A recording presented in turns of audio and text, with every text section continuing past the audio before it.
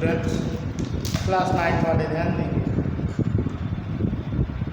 पिछली वीडियो में महादेवी वर्मा के बारे में मैंने आपको बताया।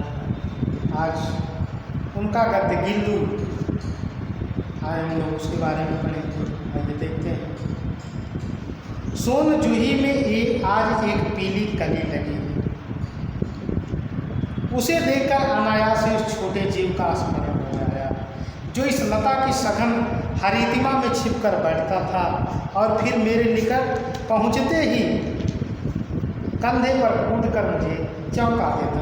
हरितिमा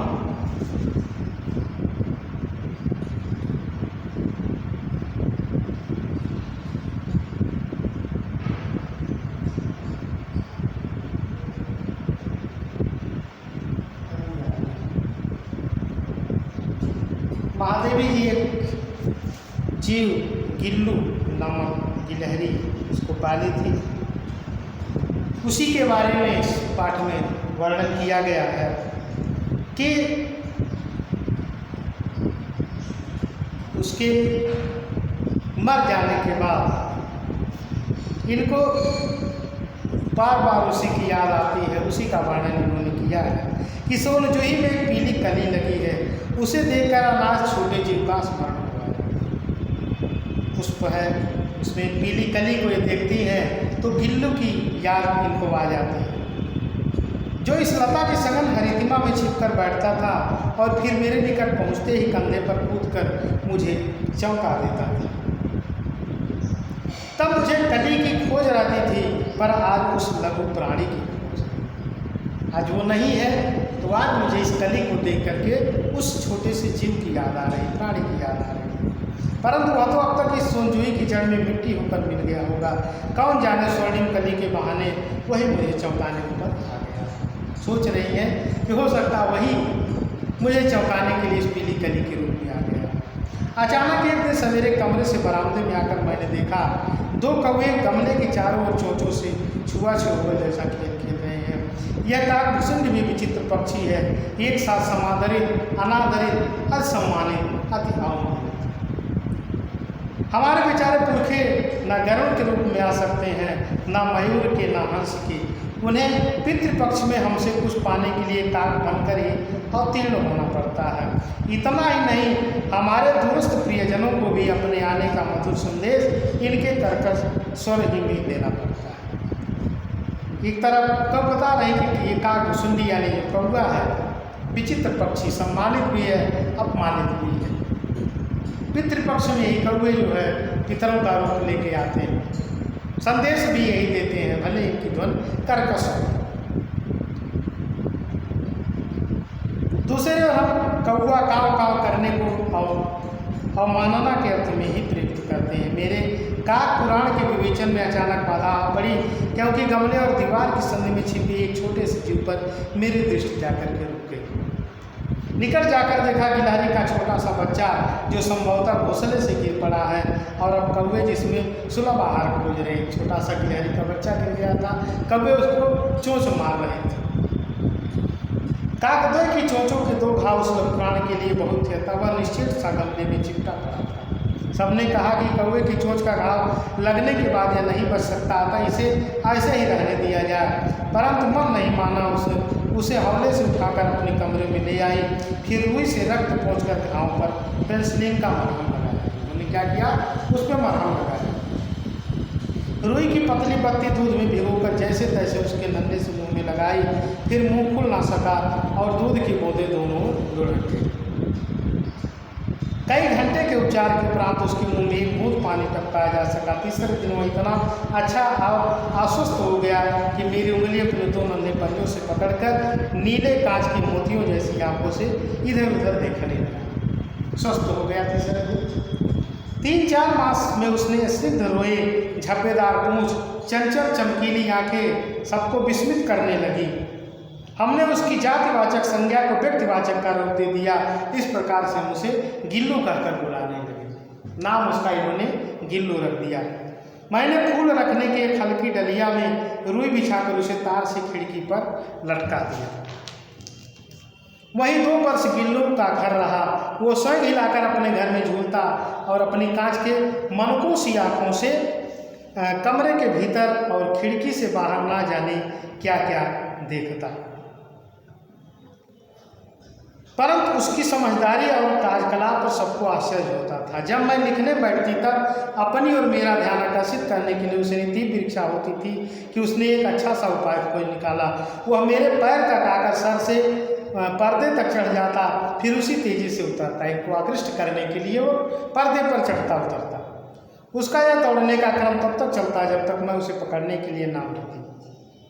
कभी मैं गिल्लू को पकड़कर एक लंबे लिफाफे इस प्रकार रख देती कि अगले 2 पंजे और सिर के अतिरिक्त सारा लघुभाग लिफाफे के भीतर बंद रहता। इस अद्भुत स्थिति में कभी कभी घंटों मेज पर दीवार के सहारे खड़ा रहकर वह अपनी चमकीली आंखों से मेरा कार्यकलाप देखता रहता। भूख लगने पर चिक चिक करके मानो मुझे सूचना देता। काजू और बिस्कुट मिल जाने पर उसी स्थिति में लिफाफे से बाहर वाले पंजों से पकड़कर उसे कुतरता रहता। उसको काजू और बिस्कुट देते वो खाता रहता था। फिर गिल्लू के जीवन का प्रथम वसंत आया। नीम चमेली की गंध मेरे कमरे में हौले हौले आने लगी। बाहर की गिलहरियाँ खिड़की की जाली के पास आकर चिक चिक करके ना जाने क्या कहने लगी। गिल्लू को जाली के पास बैठकर अपने पल से बाहर झांकते देखकर मुझे लगा कि इसे मुक्त करना आवश्यक है। मैंने कीले निकालकर जाली का एक कोना खोल दिया और इसी मार्ग से गिल्लू ने बाहर जाने पर सचमुच ही मुक्ति की सांस ली। इतने छोटे जीव को घर में पले कुत्ते और बिल्लियों से भी बचाना समस्या ही थी। आवश्यक कागज पत्रों के कारण मेरे बाहर जाने पर कमरा बंद ही रहता।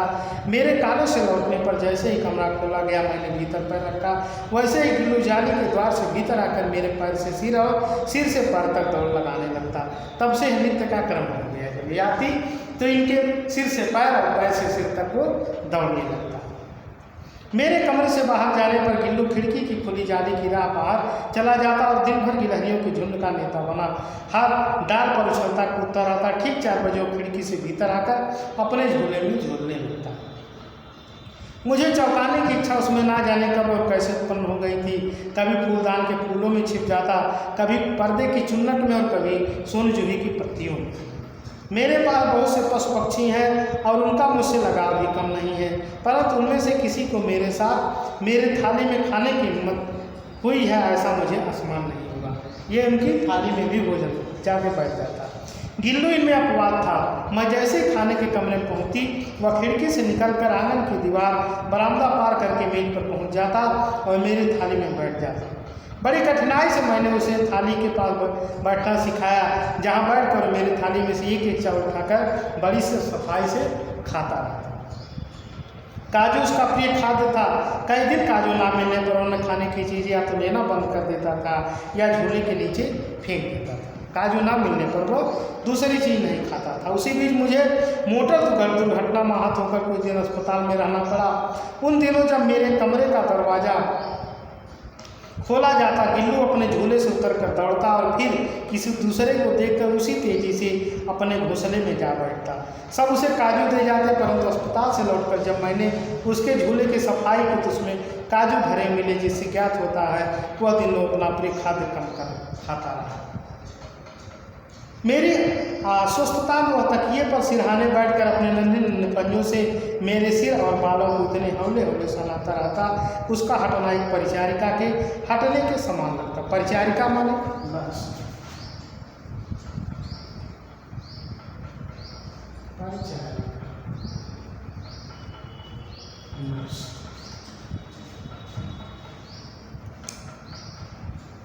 गर्मियों में जब मैं दोपहर में काम करती रहती तो गिल्लू ना बाहर जाता ना अपने झूले में बैठता। उसने मेरे निकट रहने के साथ गर्मी से बचने का एक सर्वथा नया उपाय खोज निकाला था। वह मेरे पास रखी सुराही पर लेट जाता, इस प्रकार समीप भी रहता और ठंडक में भी रहता। सुराही पर लेट जाता गर्मी मिटाने के लिए। गिलहरियों के जीवन के अवधि 2 वर्ष से अधिक नहीं हो गया था। गिल्लू की जीवन यात्रा का अंत आ ही गया। दिन भर उसने न कुछ खाया और न बाहर गया। रात में अंत की यातना में भी वो अपने झूले से उतरकर मेरे बिस्तर पर आया। ठंडे पंजों से मेरी वही उंगली पकड़कर हाथ से चिपक गया जिसे उसने अपने बचपन की मरणासन स्थिति में पकड़ा था। पंजे इतने ठंडे हो रहे थे कि मैंने जाकर हीटर जलाया, उसे उष्णता देने का प्रयत्न किया, परंतु प्रभात की प्रथम किरण के स्पर्श के साथ ही वह किसी और जीवन में जागने के लिए सो गया। गिल्लू मर गया। उसका झूला उतार कर रख दिया है, खिड़की की जाली बंद कर दी गई, परंतु गिलहरियों की नई पीढ़ी जाली के उस पार चिक चिक करती ही रहती है और सोनजूही पर बसंत आता ही रहता है। सोनजूही की लता के नीचे गिल्लू को समात दी गई, इसलिए भी कि उसे वह लता सबसे अधिक प्रिय थी, इसलिए भी कि लगभग का किसी बासंती दिन जूही के पीला व छोटे फूल में खिल जाने का विश्वास मुझे संतोष देता। पीला माने पीली चमक वाला।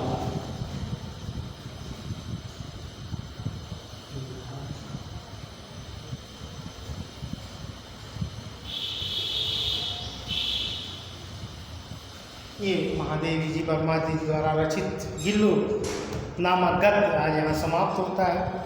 शेष अगले वीडियो में।